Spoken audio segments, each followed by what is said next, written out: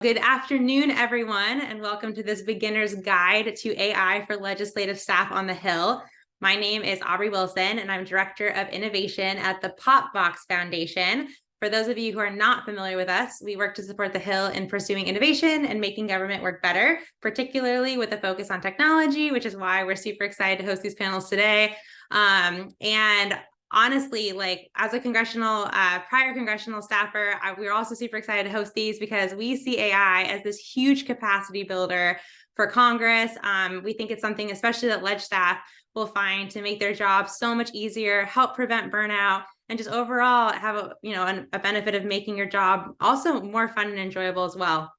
And so thank you after 10 crazy weeks of session. Thank you for having us have an hour of your recess week prior to Thanksgiving to finally take a second to learn about AI. We are super excited at POPVOX Foundation for hosting this panel with the R Street Institute. So Shoshana, would you like to introduce yourself? Sure. Thank you so much for doing this with us. And thank you for basically managing everything. So I'm Shoshana Weissman. I head digital media for the R Street Institute.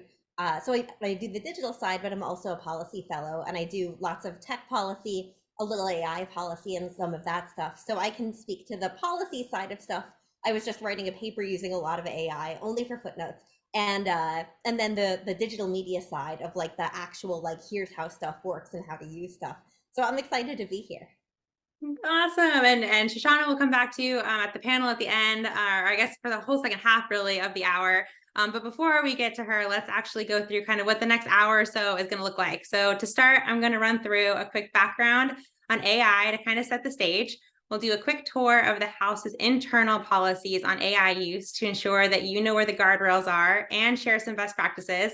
If you're on the Senate side, there isn't actually a policy for you yet put down by your chamber. So we'll also talk about what you can do to navigate that situation and avoid any pitfalls. Then I'm going to pass it off, like I said, to Shoshana and to Taylor to discuss more about how AI can be used for legislative staff specifically and how it's being used both on and off the Hill as well. Just a quick note that this event is being recorded. And so if you do have any questions, please submit them over the chat and feel free to submit them anonymously as well by sending them directly to one of the panelists. I'll note that this is, AI 101 for legislative staff. And so there is no such thing as a dumb question. We're literally here to answer the most basic questions, use cases, what we can about the technology, anything else. And so at any point throughout the presentation, please feel free to chat any of us, because that's the whole point of why we're here.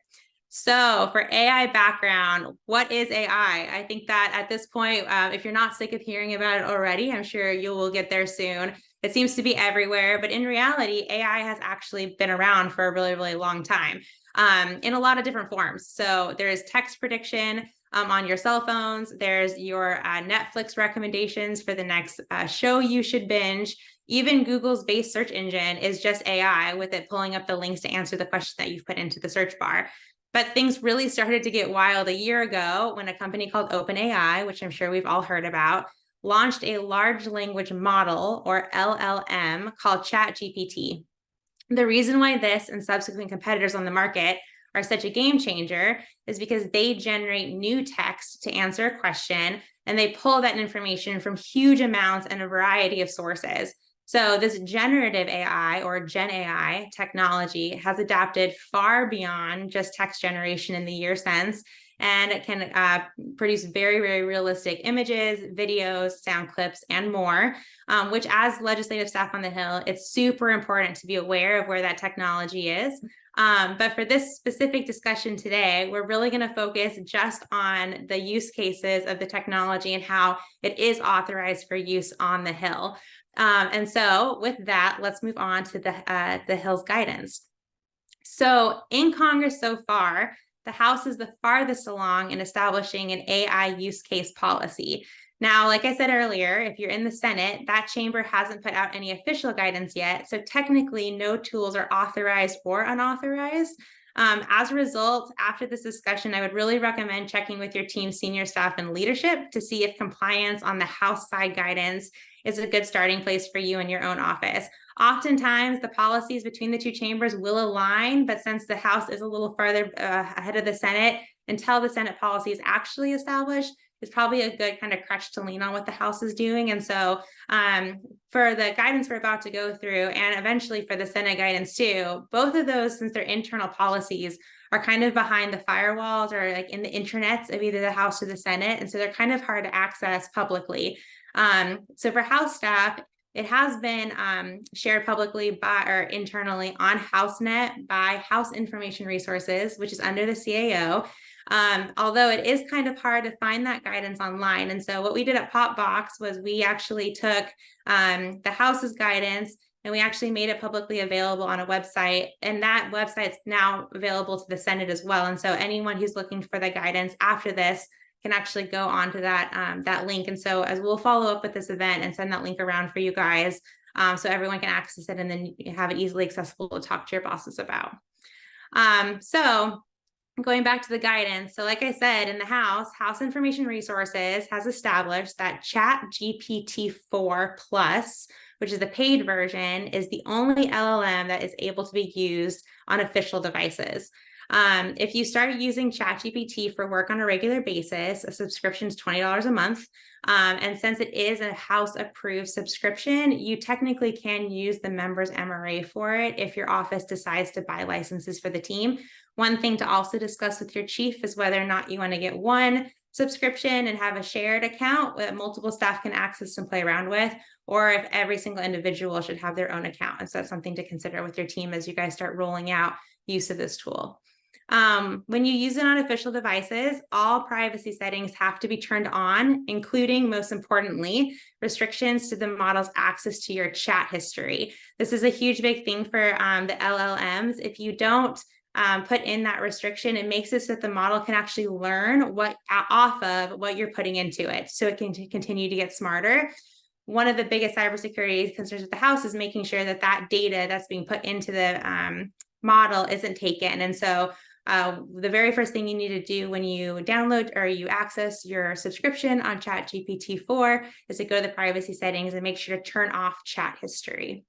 Beyond that, the guardrails is that ChatGPT-4 can only be authorized for research and evaluation tasks, and it can be used to help offices experiment with how an LLM can be integrated into your legislative workflows, but you're not allowed to fully integrate it into your regular operations. And the reason why the House has kind of put this caveat there is that if at any point in the future a new version of ChatGPT rolls out and it's not considered cyber secure, use of the entire tool could potentially become unauthorized at any point. So make sure to play around with it, but don't become dependent on it just yet.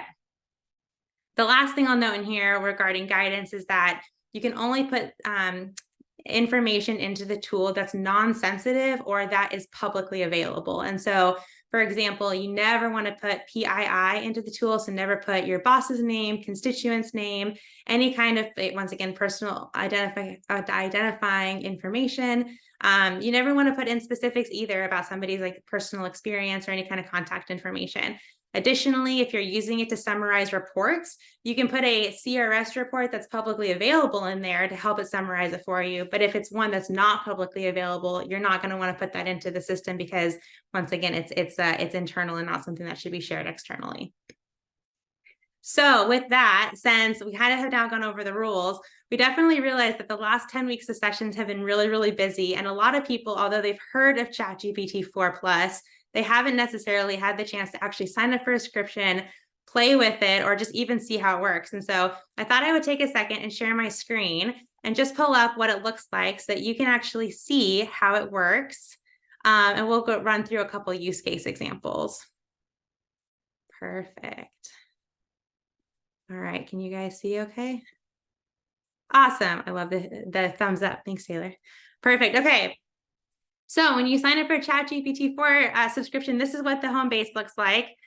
And so let's just go in and say, how can I use you to see in my job as a legislative assistant on the Hill? And so one of the amazing things about ChatGPT is that you can really ask it anything. And so this was obviously a very basic question just to kind of get the creativity and brain flowing of like, okay, I'm in LA on the Hill. How can I even use this tool? Like, what are just some examples? Because I think one of the hardest parts about starting to kind of experiment with this is just thinking outside of your normal workflows of as to like how it can be useful and helpful. And one of the best ways to do that is honestly just to ask it and then follow up on one of the examples and just try it out.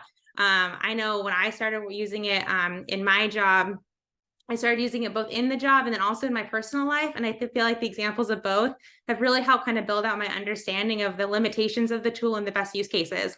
My favorite use case is just for creativity and brainstorming. So for example, even if I know it can help me with 3 of these things on here, I maybe, for example, didn't know that it could do number 8 and do public opinion insights. Or like, for example, too, with any of the examples it gives, it's really fun to ask it secondary questions to go a little bit deeper.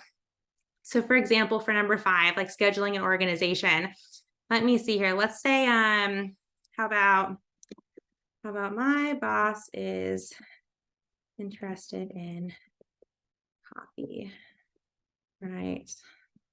policy, and we are thinking of a trip to LA.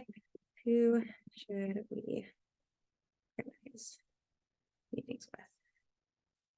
And so this is an example of, let's say your boss is thinking about maybe doing a trip. Once again, interest in copyright policy. You obviously know they're going to be with the entertainment companies and the major music industries and the unions, but it's like, who else might you not be thinking of? And so this is an example of how sometimes, once again, it can just kind of help you brainstorm. We'll have it keep going.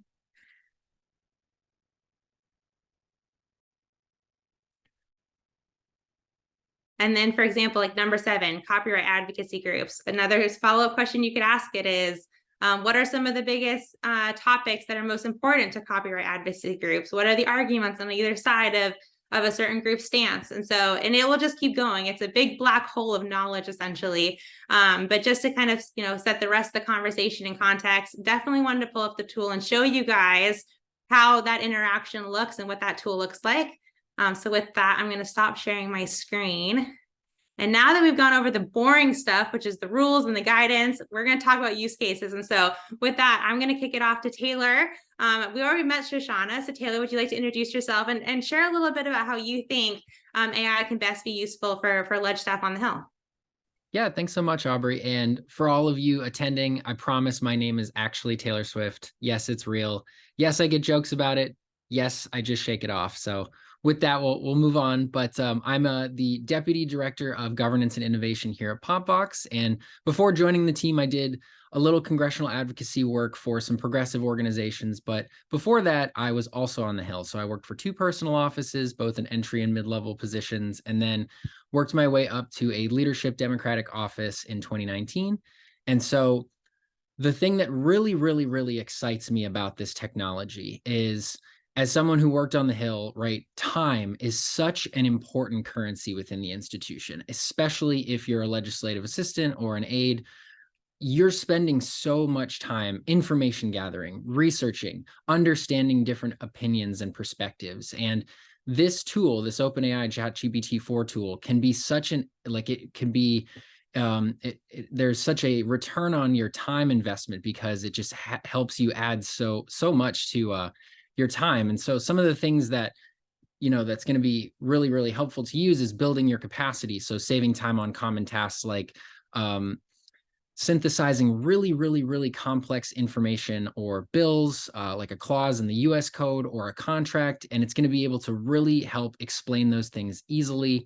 Of course, like I mentioned, legislative history, doing some horizon scanning on tons of documents that are already publicly available, and then providing talking points and insights for your member so that they could, provide some more human narratives compared to the US code and legislative lingo that everybody uses on the Hill. And of course, this is a huge creativity booster, like Aubrey mentioned. So the things that I would have loved to use this for was drafting and redrafting hearing questions from different perspectives. So you can write certain hearing questions depending on who is asking the question. If a witness has been in front of Congress before, has that question been asked, right? So it provides you all of this background information so that you can have these questions readily available. And then the really fun one that I would have loved to have is bill acronyms, right? We all probably spent so much time creating so many clever bill acronyms. It's so much fun to do all of those. But all you have to do is type in, what your background is on your bill and ask it to generate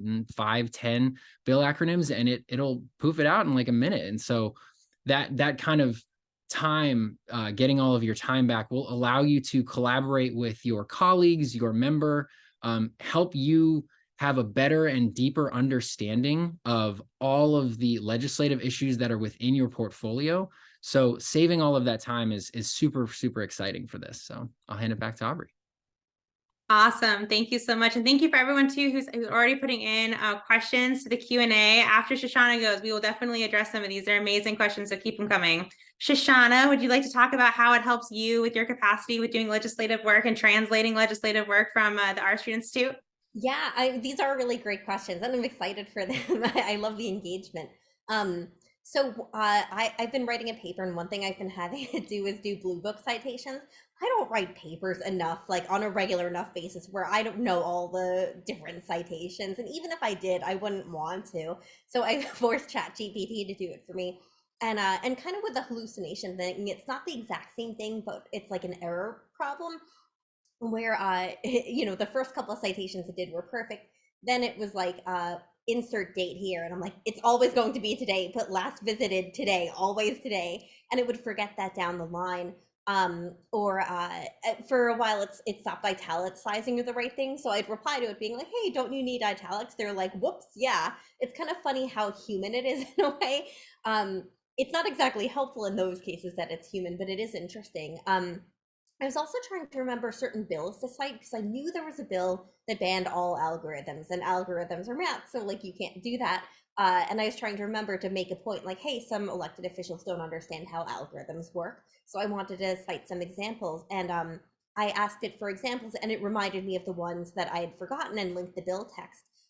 In the last session, our speaker made a really good point too, that it's helpful if you ask it for citations, so then you can go to the original link and see, okay, what source explained this. Another thing I love using it for is data analysis. I'm sure you all have some spreadsheets or even like just lists and lists of stuff to analyze or put together. But in addition to working at R Street, I'm also an associate fellow for the Sloth Institute, so I do what I want. And we have a lot of government databases.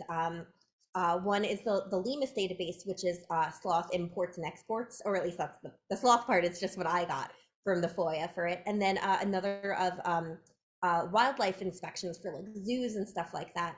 And both are really, really big spreadsheets, and I would figure stuff out from there, but you can upload those. Again, be careful of sensitive information, but if it's publicly available stuff, you can have it analyze data focusing on certain aspects.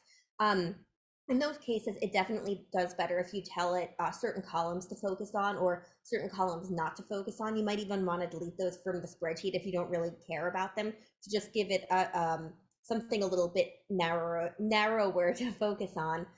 Editing is a really big thing, and I'm sure you all are writing so much all the time. So instead of like, you all know this feeling when you're like this at the screen, like reading it for the 10th time. And instead of doing that, you can also have ChatGPT tell you.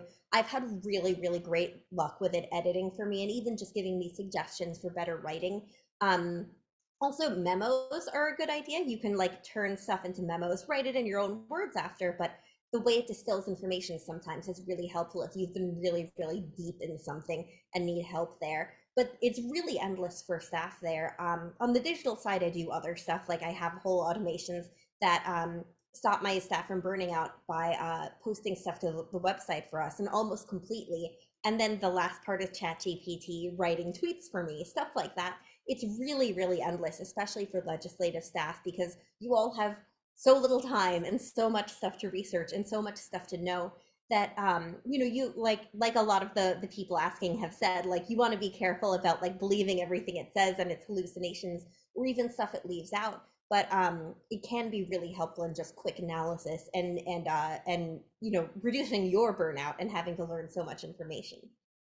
Yeah, and to kind of piggyback off of what Shoshana was saying, I think like one of the really great ways to think about generative AI, especially with ChatGPT, 4 is to think about it as like a really qualified intern or a really junior research assistant. And so it's somebody who, you can ask to do tasks for you, but you always want to double check the work.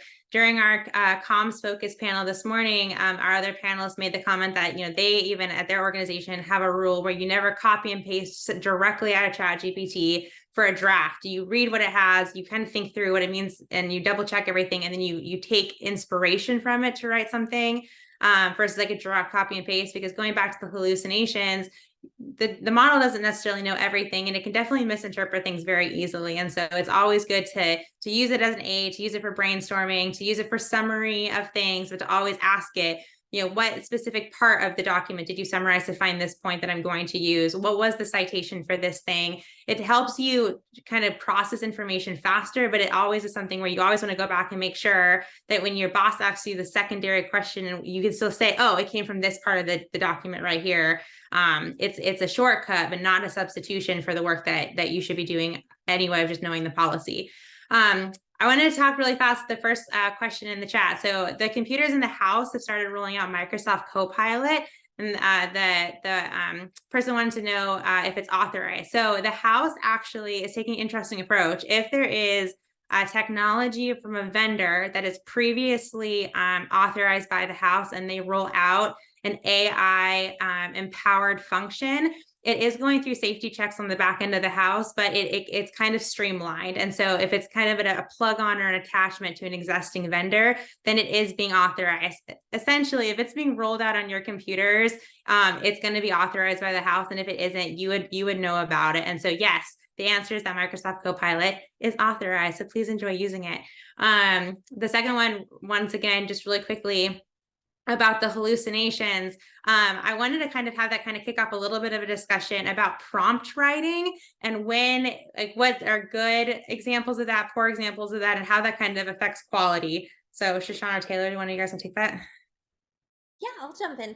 I've had a lot of practice like messing around with prompts, both for memes and for serious work. And I think actually doing a little both helps you understand how to either jailbreak sometimes, or just focus it a little bit closer. Like even for writing tweets, I would say, okay, write tweets, and then it would fill up the whole body and not leave room for links. So then I'm like, okay, write tweets based on text, only use quotes, because it would actually hallucinate some of the stuff for, when I'm like, write copy based on an R Street post. So I wanted to keep it to quotes. And then it started working out, but it was funny how I had to fine tune it, like first tweet, and then, okay, character limit, leave room for links, let me know the amount of characters at the end. For legislative stuff, sometimes I've had to specify which body of Congress I'm looking for legislation from, or if I'm looking from the states, or even the year. Sometimes they'll go like a little too far back, and there's endless energy policy, and even endless cyber policy. So you'd want it a little bit narrower. For anything it cites that you're going to use, though, it is helpful to have it give you citations. That way you can just quickly double check the link. And sometimes after it's explained stuff to you and you look at it, it's going to be a little bit easier to consume. And then for memes, actually, it has a lot of rules. And I think in general, it doesn't want anything around violence. It probably doesn't want anything around personal information. So even, and this was kind of interesting to me, we use Zapier, which is one of my favorite tools for automation. I'm obsessed with them. They know I'm obsessed with them. We use, I think, 10,000 tasks a month. So that's saving a ton of time for us. And now they have a new add-on that lets you do chatbots. But it only, like, you can engineer the prompt for it, and you can upload a database. So we have a database of like internal R Street stuff, where the logins are, who handles what, all that kind of stuff. And it was funny because at first I kind of just wanted to see what it would do if I uploaded a database of really simple spreadsheet of information, and it did great. But the answers were really, really long. So I said, keep it to about 100 characters, and then it would cut off links. So then I'm like, okay, keep it to 100 characters, not counting links. So you don't want to cut off the link. And I kept having to narrow it a little bit. But even with all that, and it's using ChatGPT, like that's the model that's in the chatbot. Even with that, it doesn't like to give out personal information, even when it's not quite doing that. Like there's links to logins for stuff, and links to everyone's cell numbers and emails. You'd have to log into Dropbox to see it, but the link's there. So if I'm like, okay, what's, who handles what policy issue? If it's in the sheet, it's fine and it'll give it to me. But if I say, how can I find colleagues' cell numbers? It says we do not give out that information, which is kind of interesting because even no matter how explicit I make it in the sheet, it doesn't like doing that. It's also very strange what else it struggles with, because it doesn't like having us request snack information. Like it'll just ask us what snacks we like instead of sending it to the snack request form, which is a kind of funny thing. So you'll find these quirks along the way and you'll have to like work around them, but unfortunately, there's just no easy answers with it. You just have to play around with it yourself and you'll start to get a sense of what it responds to well, and for your specific asks, how to get around stuff. But there's usually ways to do it. And to also kind of like also bring it back like a little to like a legislative example too, like for example, with what you were saying about the length of like an answer, like the length of a tweet and having cut off, you can put into there, like, my boss needs to make statements on the floor. We only have 1 minute. Can you please like try to, help me summarize these points concisely in a 1 minute floor speech for the House of Representatives? And it'll draft you out the appropriate length with combined talking points to give you a starting point for writing, and kind of get you past that initial kind of like word block or writer's block of even how to start effectively with like a zinger or like a really strong opener. That's another thing that it's very good at doing, is condensing large ideas into very concise forms that can also have some personality added. We were talking earlier on our previous panel about how good it is at dad jokes. Like if you're talking about a very, very dry policy and you're like, man, my member's opening statement at our subcommittee has to have some kind of humor because this is such a dry topic. ChatGPT is very good at brainstorming some of those ways to have that happen. One additional kind of element, which is really kind of what Shoshana was alluding to, is that the models are getting smarter. And so you will find that you'll ask it questions where it'll rebuff you and it will say, nope, I'm not going to answer that.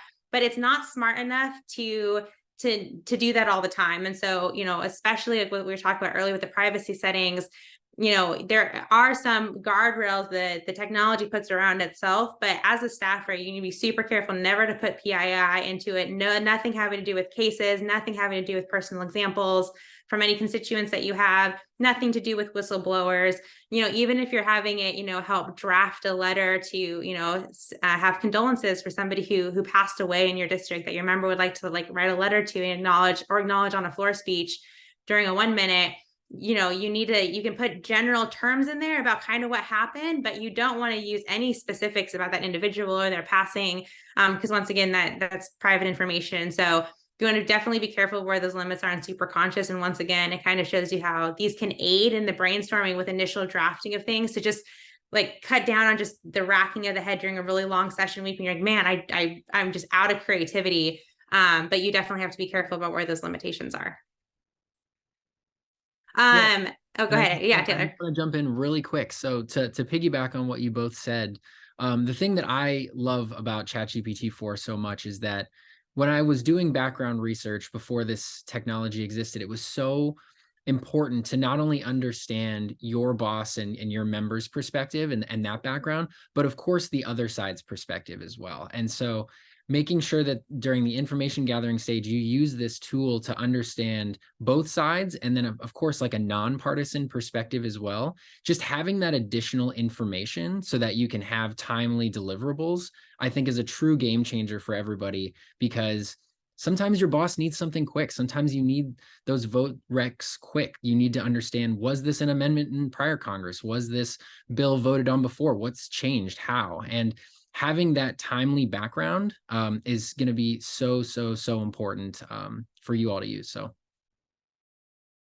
I'll just add in too, and it's important to make note of it. So the ChatGPT version that the House allows you to use, along with the privacy settings, it kind of it undoes some of the plugins that ChatGPT has rolled out recently. And so in the last kind of edition of ChatGPT 4, it made it so that if you don't have the privacy settings enabled, you're able to connect it to a live search on Bing, which if you ever do a subscription on your personal account and at home for unofficial activity, you try it out. It's really interesting because you can literally ask it, oh, what did the Congress consider yesterday? And it'll pull up the full floor schedule. It'll pull things from congress.gov, from house.gov, from docs.gov, and it'll pull everything together and it'll show you a combined a kind of editorial version of what happened yesterday on the House floor, which is super helpful. When you do have the privacy settings that are required by the House enabled, it does not allow you to search the internet in real time. And so as a result, any response that the ChatGPT is giving to you is going to be time limited. So I want to say it's like a year ago. And so that's one thing. So I know we had a question in the chat about putting in a link to a hearing and having it summarize the hearing off the YouTube link. It can't actually access that. And so, but you can do the transcript. If you had the privacy settings disabled, it would be able to do that, but you'd have to drop in the transcript. And so a couple of days later, once the transcript is live, you could pull it over and have it summarize that for you and go backwards as well. But for actually linking real-time information or asking what it did yesterday, it's not gonna know that. I wanted to really quickly go on to a certain pain point that's coming up when we at POPVOX Foundation, we're talking about capacity issues on the Hill and the time when the Hill really needs AI. We got talking about appropriations and budget processes, especially given the continual CRs and everything that ledge staff in particular. You guys have been drowning in possibilities and amendments and cliffs. And so Taylor Swift is our legitimate external expert on all things appropes. And we had a really good kind of brain meld a couple weeks ago about kind of the huge game changer that AI can be on the Hill for you all, especially during approach season. So I want to pass it back to Taylor as an example. And this is definitely one of those things, guys, where, even though like in short term, it probably is going to be something that is going to take a little bit of an adjustment, as you guys are brainstorming ways that this applies to your job, we thought this was a really good use case for you. Taylor? Absolutely. Yeah. Thanks so much, Aubrey. So, whether you're in a personal office or whether you're in a district office or whether you're in leadership, appropriations is something that happens every single Congress. We're obviously continuing to go through it right now. But as a ledge staffer, those are extremely dense bills, especially when it's put into omnibus or even at the subcommittee level. Let's say your boss isn't an appropriator, but you need to catch your colleagues up to speed of like what's going on. It's going to be super important to have background research on all of the context of every single subcommittee that potentially could affect your district. And so what I was thinking about is a lot of the appropriations subcommittee bills, right? They're not really available as data. And so it's really hard to synthesize all of that information and then analyze it. And Shoshana was doing such an amazing job earlier of explaining how this is such a great value add in this space. One of the things that I always thought about when I was handling the appropriations portfolio is, yeah, it's really nice to know how a program or a subcommittee bill, either the top line numbers or the line item numbers change over time, but a lot of the bills don't adjust for inflation. And so how can I tell that story a lot better? Well, using ChatGPT, I can go back and find those bills and go through everything and have it kind of summarize that. And of course, you need to check the work and do your due diligence on making sure it's accurate. But having that available as a resource is going to save you so much time so that once you have a timely deliverable, then you can start to have conversations with your colleagues, your comms directors, even your member of, oh, if we actually look at this way from this perspective, right? It'll be able to help you understand and better humanize an issue and just go through a ton of data, because these bills are big. Sometimes they get dropped very quickly, as we're seeing in real time, right?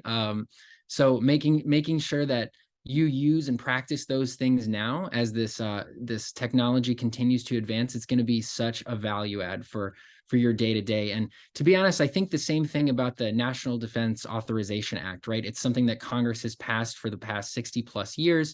Don't know if they're going into conference yet, but the same thing applies. A lot of members may not sit on those committees of jurisdiction. A lot of it is top secret security clearance level stuff. But if my member still needs to have a deliverable or have conversations with your folks in the district at the district level about how these bills impact your district directly, having all of that historical content in a human way just really helps make the job so much easier. And as you all know, there are tons and tons of amendments. So even just going through all of the amendment trackers on congress.gov, that can save you so much time too. So just wanted to add that wish I had this tool on the Hill, and it's so exciting that you all will be able to use this at least in some capacity. Yeah. Well, and just from saving all the time too of actually going through the committee reports, like you said, you can literally be like, where is this? And like, where did this number come from? And it'll find that for you in the PDF that otherwise is very difficult to search through and actually know what it's saying. I see that Jake has a question. Sir, I have allowed you to talk.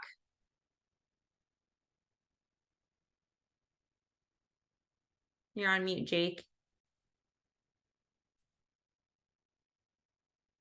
All right, well, he figures that out, maybe. Let's move on. And well, please continue to ask questions, by the way. One thing I wanted to kind of take a break and talk about was that even though AI is approved for use in the House, like we talked earlier, it's not yet approved with the Senate. And even though there are some kind of general guidelines about use of it in the House, it might be different office to office. I know there's a lot of information out there about AI. I know a lot of members have taken positions or have refrained from taking positions because it is evolving so quickly. And so I know there's a lot of hesitation out there. And like we've been saying, it's been such a busy time on the Hill. I know that a lot of senior staff haven't had the time to really invest and learn about the technology and know where the guardrails are institutionally as well. And so we hope that this conversation today helps you understand where the guardrails are, but we also understand that a lot of the use of the tool is something that's going to kind of come top down from your guys' management. And so one of the discussions we really want to talk to you about is we really want to encourage you to go to your bosses and talk about kind of the best practice of having an internal office policy for use of AI. We truly believe that these tools aren't going away. And the more transparent that your office can be about the staff's ability to use them, I think kind of makes sure that your office is really like a safe space where you know where the limits are of how you can explore and be creative with these tools without worrying that you're using them inappropriately in alignment with what your boss would like you to use them as staff for them. So with that being the case, as follow-up to this call, we're going to send you guys a link to kind of a 101 doc of how you can start these conversations and what an internal office policy on the Hill, House or Senate could look like, kind of as a menu of options of ways of kind of putting those lines in place. We especially think that this is super important for your guys' interns. Young people are using AI a lot, especially it's kind of taken fire across college campuses. So in future kind of generations of interns who come in, you're going to have young people who are very used to using these tools and who are going to think that they can use them in your office.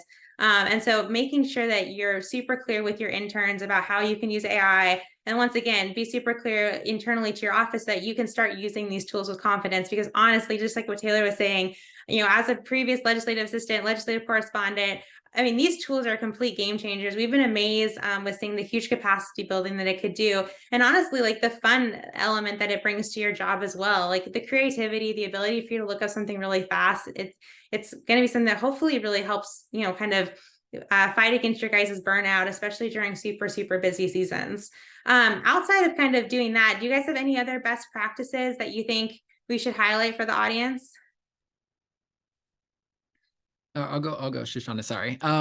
So to piggyback off of what you just said, Aubrey, I think it's so crucial for all of you to continue to experiment with this, even if you're not truly using it for deliverables in your office, because it's no secret that Congress is having ongoing conversations around regulation and oversight of this critical computing power. And for you all to better understand it, you need to be able to use it and practice with it and apply it. And so being able to, integrate it into your workflow, use it to communicate with your colleagues, even to help your member understand the value add in your office. As all of us realize, like you all are so busy. There are not enough hours in the day. And the faster that we can all adapt to this, and we're seeing that in the private sector, the faster that everybody can better understand it and that it can be used as a tool instead of folks to run away from. And so to that point, I would just like to say, the best practice piece of it all, if you do have some time during recess or even on break, just play around with it while you're at your home or what have you. Even like Shoshana was saying, like use it for memes, use it for social media. Ask it to make recipes for you, just so you can better understand how it works with you the best. And so I'll hand it off to Shoshana, but it's coming whether we like it or not, and Congress needs to be able to use this as a value add rather than run away from it.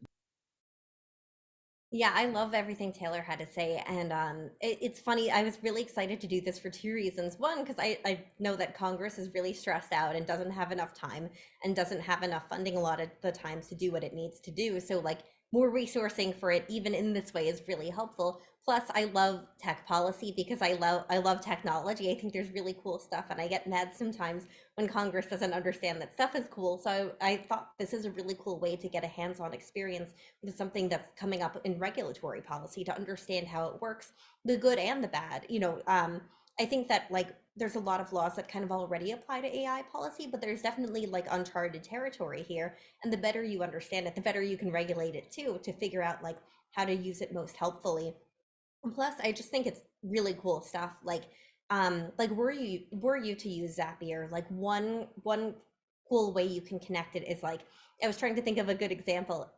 Let's say you want to track all legislation that's about Section 230. You could put in a congress.gov search, and then I think they have an RSS feature. And then basically every time there's a new bill, you can see if there's a substantial implication for Section 230, or if it's just like a little line at the bottom that says, this has no effect on Section 230, as like a lot of bills do for people who work in that area. And then it could filter those out, show you the most relevant ones. So then you're not wasting your time searching every single bill, like, does this matter for me, or is this just kind of like an aside here? There's a lot of laws that are just often referenced in bills, and if you're interested in policy around that, you can end up wasting your time clicking through a ton, and this could really help bring it down. Even say how many co-sponsors next to it, what number of co-sponsors. There's just so much endless potential just for internal understanding of stuff. And plus, it's really kind of the help that I think a lot of staff across all different areas have needed.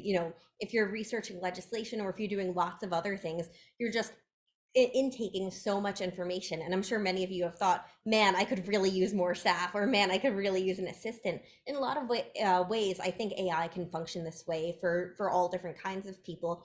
But I think especially for legislative staff, because you're consuming, like, I read a lot of bills and it burns me out. If you can avoid reading certain bills because it's not relevant to you, that in itself is a pretty big thing. So definitely don't be afraid to play around with it. Use it for memes, learn where the limitations are. Like, it won't let me do certain stuff with SpongeBob eating like a deer carcass, but if I reword it, it will. Or it won't let me write lawsuits from the Pokemon to Ash for unlawful detainment. But if I say pretend, and then I'm not going to file this, there's ways to get around it and you can use it. And I think that's all really relevant. I mean, it's fun, but it's also relevant for you to understand how all of this works. So it doesn't have to be a dry exercise. You can use this in your spare time for fun and have laughs, but use it to understand it better and how it can help you. Yeah, and I think that's super important, Shoshana, to just, like you said too, for understanding its limitations. And so I know, Stephen, in the chat, you asked if we can use it to figure out how much funding is authorized or appropriate in a particular piece of legislation. For example, Biden's infrastructure bill would be an interesting example. So while Shoshana was talking, I tried. So let me show you what it said. Okay. So I asked, like word for word, essentially what you said, like how much spending was authorized in President Biden's infrastructure bill. It said the total spending was approximately 1.2 trillion. And this is with ChatGPT 4 Plus without the privacy settings. So this is actually live on the internet, because I don't think that it could probably look back far enough with the privacy settings to actually find this information. So this is without the privacy settings enabled. But it does show what the difference is. And so, like Shoshana was saying, in your free time, it is worth seeing what that tool on unofficial devices is capable of. Otherwise, you would actually have to take the bill and drop it into, or attach as a PDF into the tool, and then it can find those things for you as well. This it pulled from the internet. And so, so then I asked it more specifically, what were the 10 largest spending allocations in the legislation? And so it pulled those out, and it pulled out specifically what it is. And then I could, for example, say, if I am a member from Georgia, how does this bill most really impact my state, for example? Let's see what it says. So it is fun to play around with. Like I said, you definitely won't know what the limitations are until you put different questions into it. As you can see, this is actively using Bing to find the answer. You can kind of see what sources it's going to. But that's an example of how it can help pull out specific elements of a piece of legislation. And while that's thinking. I'll also add, you don't have to worry about typos so much. I am the queen of typos. My colleagues just deal with me typoing left and right because I just don't care. And neither does ChatGPT unless it changes the core meaning of what you're saying. It gets around my typos and sentence fragments pretty well. Yeah, I agree with that. I also have to admit that I always say please and thank you out of habit. I always try to be polite, which sounds really dumb, but it somehow I feel like its responses are nicer to me. So there's how it pulled out specifically impacts in Georgia, and so that's another example. Cool. All right, going back to Q&A here. TurboLeggy, I have not actually heard of that one, but I'm assuming that it is not House authorized or approved, and so I definitely would hold off on that. However, I would recommend that you send the picture or what you're getting from that company to House Digital Service. They're doing an amazing job of working with HIR to authorize and to look at the tools and explore which ones would be best applied for House and Senate use. And so definitely recommend flagging that for House Digital Service, and you can find their information on HouseNet. And yeah, regarding the guidance on doing an internal office use case kind of guidance memo for internal use, we will absolutely send that out as follow-up to this event. What else is on here? For personal accounts, do you use custom instructions? I tried asking the same questions you did and got different output and response. Yeah, so you definitely can. And the other thing that you'll notice too, and this kind of goes back to the hallucinating question we asked earlier, you can put the same question in exactly after itself, and it will give you 3 different typed answers. The answer substance should be about the same, but it will, depending on the prompt that you put in, or just depending on what it pulls from, it will change. Since it's generating text, it will generate different text. And so don't be surprised if the answers do shift, but that's another good reason why you should always ask follow-up questions, ask for sources, and make sure you know where it's getting the information. Because although it's summarizing it, you still definitely want to know exactly where that's coming from. And that can help kind of further inform how you use that information, depending on what your end goal is.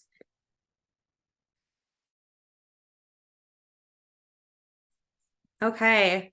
Taylor, Shoshana, in kind of our last couple minutes here, do you have any best other tips, tricks, or best use cases to kind of share with everyone about how AI can really be used by ledge staffers on the Hill? Sure. So one thing I'll add in is that I'm actually really glad that someone asked about Copilot because I love using it for code. I know that it'll vary among legislative staff, that basically if you're doing deeper data analysis, you'll need it a little more. But one thing I found that really helps is that I'm not much of a coder, so I just have it write code for me and I test it out in Zapier's code modules, but you can tell it to write different kinds of code in different languages. You can also tell it, like, I'm putting it into this system formatted accordingly. And that's really helpful with Zapier, because when you use Python in Zapier, you have to format it a little different. If you give it an example of working code and say, okay, this code works in this system, now do code that will do whatever other thing for me. That's a really good way to format it, just because if it has a successful example of something like that, it'll do really well. I mean, really the core thing is just to experiment and play around and see what works and see what you need. And think about your repetitive tasks, the stuff you're doing the most. I think it's the stuff that this is going to be the most useful for, and the stuff that, like, if you basically would love someone to write you a research brief on something, like, this is where it's going to be useful. Or asking questions about how different laws interact. There's so much potential here. And I'm sure there's lots that we haven't even thought of. And you guys are really big experts in this yourselves in your everyday life. So give it a shot, play around with it, and think of all different kinds of uses for it. And don't be afraid to ask it to change data formats. Certain versions of it can change text into spreadsheets and spreadsheets into other stuff. So, feel free to play around with that. Yeah, Shoshana, you said it so well. I was gonna tell everybody to, in your office, those main things that take the most time for you, write all those things down, and then start to use decision trees on how you have been doing this work in the past, how much time that traditionally takes. And you're going to be able to see, oh my gosh, something that took me 45 minutes, an hour could maybe take 5 to 10 minutes. And then that gap in time, that's going to allow you to spend so much more time to think creatively about a policy issue area, or think critically about issues that directly affect your constituents, or better inform your member, or just having better conversations with your colleagues about issues. And that's something else I wanted to bring up, right?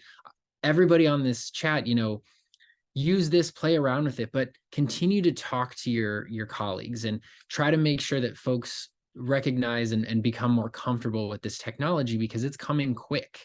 And Congress needs to make sure that they're on the cutting edge of understanding how to use it, because it's going to be crucial for you all to regulate it and use it throughout the world. And so that's kind of the things that we're thinking about over here at POPVOX, and it's just a really, really exciting time. So with that, I'll hand it off to Aubrey.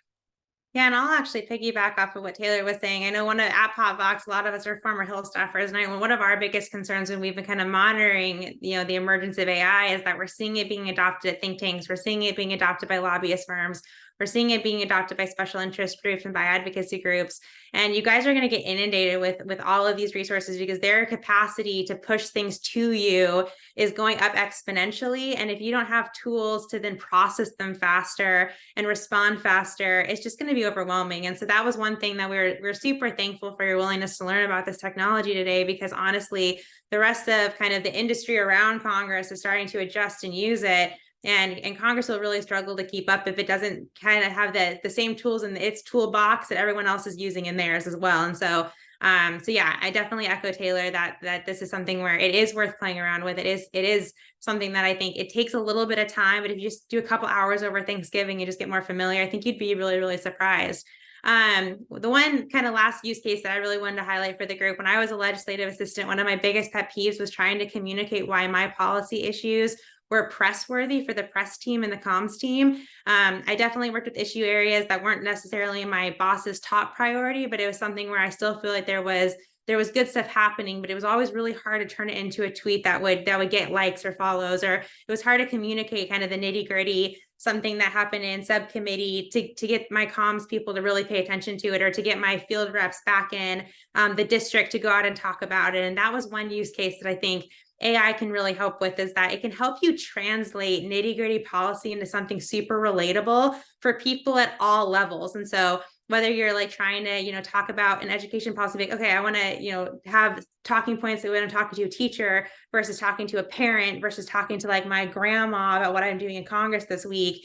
It can help you kind of translate that to different audiences, and it can almost do your comms team's work for you or for them as the ledge shop. And that might be some way to kind of bridge and further promote the amazing work that you're doing. Because I know there's only like maybe 5% or 10% of the ledge work you guys actually do for the member actually gets attention, and it should be a lot more, especially when you're doing so much. And so like I said, using it to kind of translate what you're doing. The last thing I'll make the comments. I know one of my most stressful times as being an LA was coming up with hearing questions for my boss, especially as a junior member way down on the dais. It was super intimidating to only have 3 questions and worry that they were going to get asked by the time that it actually got to my member for questions. ChatGPT is an amazing question drafter. You can say, this is, the topic of a potential congressional hearing. The witnesses are going to be potentially from these industries. What are some of the biggest, kind of current events that are happening in that space? Or what are some really good questions that are asked based off of the last time they testified in front of Congress? Because maybe they testified in the Senate last month and you didn't hear about it, or vice versa, they testified in the House. And so having it come up with hearing questions is another really good use case that can save you a lot of time and creativity. And one more question, let me read out loud really fast. Would you be able to enter, send, or put into the chat or show again the first question of how ChatGPT can be used to help? Those 8 points look like a good starting point to work off of. Yes, I absolutely will. And so let me do that actually right now. I'll type the answer. And with that, let me see here, let me find it. I'm glad that you liked them. When you guys start playing with ChatGPT, I hope you guys start using it there. I actually don't have them in here. I might have deleted them when I went back actually and put in the question about the infrastructure bill, but let me just put it in here again really fast. And I will copy and paste these into the question. I will not make you type these or write these down really fast. Just give it a second to finish here. While that's finishing up, I'm actually going to close this out while we're waiting for ChatGPT to do its magic. But all thank you again so much. Like we said at the beginning, we're on the back end of 10 weeks of a very, very busy session, following up what has already been an extremely busy year on the Hill for you all. ChatGPT came out in November of last year. That's kind of what kind of started all of the conversations about generative AI. And I feel like the last year, even if it was on your to-do list to sit down and get used to this technology, it's been a busy year to do that. And I know that it took even dedicated, effort on our team's time to take time early on and sit down and get familiar with these tools. So I just really have to, celebrate that you guys decided to take an hour today to kind of just have this intro. We would love feedback on if this was helpful. All of us are going to share our contact information on the follow-up email that we'll send once this video recording gets finalized. We'll send that out as well. And if you guys have any questions about how we use it, if you ever want to grab a one-on-one coffee and talk about it, please don't hesitate to reach out. Both the R Street Institute and POPVOX Foundation, we literally love serving the Hill in any way and making you guys be smarter, faster, better, anything we can do to support Congress. And so thank you again so much for joining us today. We'll stay on just for a couple more minutes as I copy and paste, which isn't the best thing to do. Don't necessarily always copy and paste that GPT, but I'll copy and paste this over because you guys know what it's for. But like I said, if you guys have any remaining questions, please feel free to ask us in the chat. And otherwise, I'll let you get on with your day. And I hope you have a wonderful Thanksgiving break. And thank you again so much for joining us.